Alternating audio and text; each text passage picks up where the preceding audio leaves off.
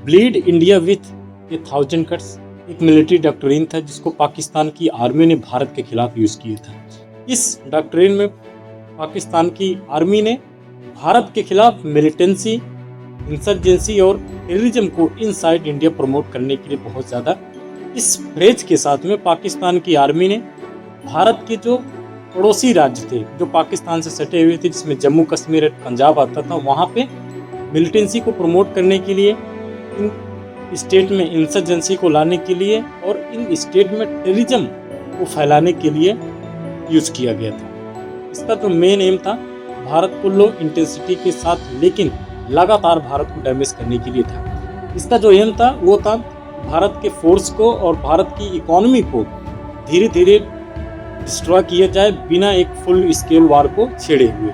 इस डॉक्ट्रिन का जो एट्रीब्यूट था वो पाकिस्तान के लीडर जुल्फिकार अली भुट्टो ने शुरू किया था। उन्होंने इस शुरुआत करी थी 1965 के समय में, जब उन्होंने नारा दिया था 1000 ईयर वार अगेंस्ट इंडिया।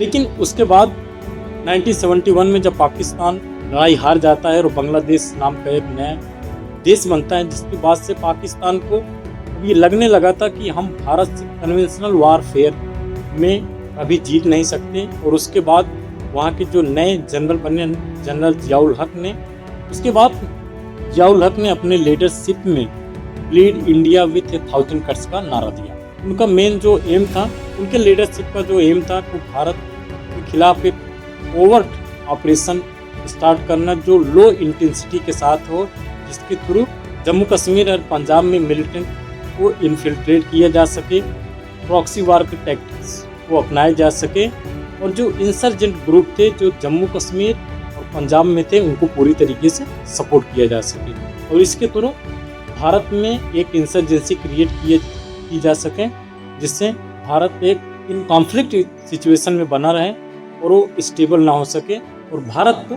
धीरे धीरे छोटे छोटे जो वारफेयर में इसी तरीके से उलझाया जा सके। उसके बाद जनरल जियाउल हक ने उन्होंने ये रियलाइज़ किया कि कश्मीर को आज़ाद कराने के लिए भारत से कभी भी कन्वेंशनल वारफेयर में जीता नहीं जा सकता। उसके बाद जनरल जियाउल हक ने भारत के खिलाफ एक स्ट्रेटजी अपनाई जो एसिमेट्रिक प्रॉक्सी वारफेयर क्रिएट कर सके भारत की पॉलिटिक्स और मिलिट्री के लिए।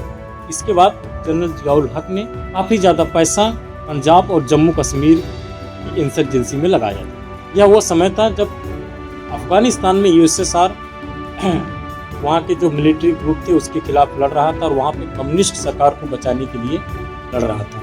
और उसी टाइम पे यूनाइटेड स्टेट ऑफ अमेरिका ने यूएसएसआर को वहाँ से भगाने के लिए बहुत ज़्यादा पैसा और मिलिट्री सप्लाई करी पाकिस्तान के लिए। और उसी समय जनरल जियाउल हक ने अमेरिका से जो पैसा आता था उसको मोस्ट जो मनी थी उसको जम्मू कश्मीर और पंजाब में इंसर्जेंसी क्रिएट करने के लिए किया था। जिसके बाद 80 और 90 के दशक में पंजाब और जम्मू कश्मीर के रीजन में इंसर्जेंसी मिलिटेंट ग्रुप को राइज देखा गया था। लेकिन कुछ समय के बाद जनरल जियाउल हक की मृत्यु के बाद यह जो फ्रेज था वो थोड़ा कमज़ोर पड़ गया। लेकिन इसी के समय में जनरल जियाउल हक ने भारत के खिलाफ टेररिज्म को भी शुरुआत किया था। सारी चीज़ें तो ऑलमोस्ट ख़त्म हो गई, लेकिन जो टेररिज्म था पूरी तरीके से ख़त्म नहीं हो पाया। जम्मू कश्मीर के रीजन में आज भी टेररिज्म एक बड़ा प्रॉब्लम बना हुआ है। दोस्तों वीडियो आपको कैसा लगा कमेंट सेक्शन में जरूर बताइएगा। Thank you and have a good day.